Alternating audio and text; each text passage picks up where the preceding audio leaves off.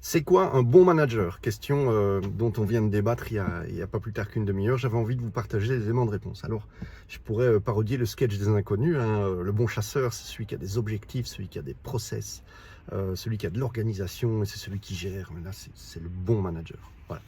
C'est un peu dans le genre, mais c'est un peu plus précis quand même. Alors, un bon manager, en fait, c'est quelqu'un qui ne va pas manager en fonction de sa sensibilité à lui, mais c'est quelqu'un qui va être capable de s'adapter aux besoins de ses collaborateurs. Et le besoin du collaborateur, eh bien, il va s'exprimer de manière différente en fonction de sa compréhension des situations et de son niveau de maturité face à ces situations.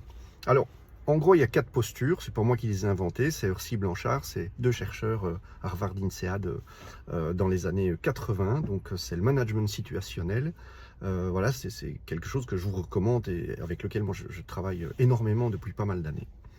Et donc la première posture que nous allons devoir pouvoir prendre, c'est la posture du manager, c'est le gestionnaire. Donc ça ne vend pas du rêve, par contre ça envoie du bois, hein. Parce que le manager, c'est celui qui gère, celui qui est attentif au process, qui est attentif aux résultats, qui est attentif aux normes, aux cadences, à l'organisation, à la gestion des priorités. Donc en fait c'est celui qui met en action et qui vérifie, qui suit la mise en action et qui motive à la mise en action. Donc ça ne vend pas du rêve, mais sans le manager, il ne se passe rien. Deuxième rôle, deuxième posture, c'est le leader. To lead, en anglais, c'est diriger. Alors, si vous faites livrer quelque chose chez vous, vous allez diriger la manœuvre du chauffeur qui recule dans votre allée. Vous allez diriger la manœuvre, vous ne conduisez pas le camion. Donc, une personne qui dirige n'est pas spécialement une personne qui agit. Par contre, c'est une personne boussole, c'est une personne référence. Quand on regarde cette personne, quand on écoute cette personne, quand on la voit agir, quand on la sent, on comprend le sens des actions, on comprend la vision, la mission, il incarne tout ça. Et c'est vraiment un rôle.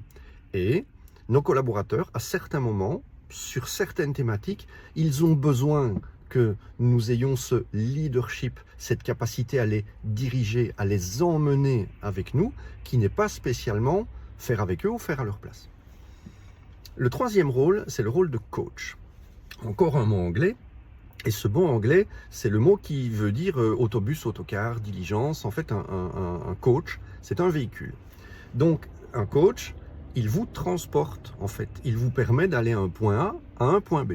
Et le coach, il ne va pas vous manager, il ne va pas avoir du leadership vis-à-vis de vous, il ne va pas vous montrer la direction, lui, il va plutôt suppléer, il va plutôt vous tendre le miroir et il va vous aider à vous confronter avec bienveillance à vos freins, à vos blocages, à ce que vous ne comprenez pas plutôt à l'intérieur de vous-même et qui vous limite dans votre compréhension et dans votre liberté, dans votre autonomisation pour votre mise en action. Et le quatrième rôle, c'est le rôle du mentor. Alors mentor et coach, c'est très souvent confondu alors que ce sont des postures complètement différentes. Mentor, c'est un personnage en fait. Mentor, c'est dans l'Odyssée d'Homère, pas Homer Simpson, hein, donc voilà, la littérature grecque, la mythologie. Dans l'Odyssée, Mentor est le meilleur ami d'Ulysse. Et Mentor apprend l'art de la guerre à Télémaque, le fils d'Ulysse. Donc, le mentorat, c'est transférer des compétences, c'est transférer des connaissances. Donc, il n'y a pas lieu de coaching, il n'y a pas lieu de management, il n'y a pas lieu de leadership là-dedans.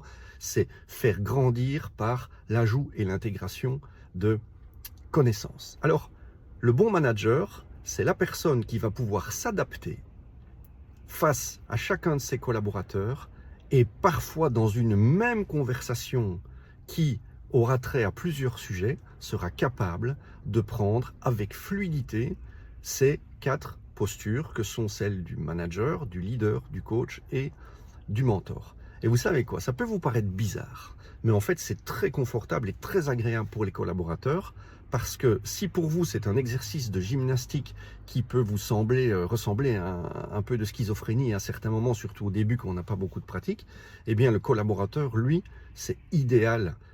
Pourquoi? Parce que ça va correspondre pile poil à son besoin de développement par rapport à une thématique, par rapport à une tâche. Parce que par exemple, vous pouvez avoir quelqu'un qui a 15 ans de boîte et qui doit être managé d'une manière très directive, très serrée, par rapport à ses horaires. Par contre, la qualité de son travail, vous n'avez rien à lui dire. Donc, vous allez être directif avec cette personne par rapport à ses horaires et vous allez être totalement délégatif par rapport à la qualité de ses rapports que vous ne relirez plus jamais. Donc voilà, quand c'est expliqué comme ça, c'est un peu plus clair, j'espère, pour vous. Voilà, c'est ce que j'avais à vous dire. Je ne vais pas m'étendre plus sur le sujet parce qu'on pourrait y passer des heures et des jours et une bonne partie de notre carrière. J'espère que ça vous a plu, surtout que ça vous a été utile. Si c'est le cas et que vous connaissez quelqu'un que ça pourrait aider, n'hésitez pas à partager, ça me fera plaisir, ça lui fera plaisir. Voilà, bonne journée, à bientôt.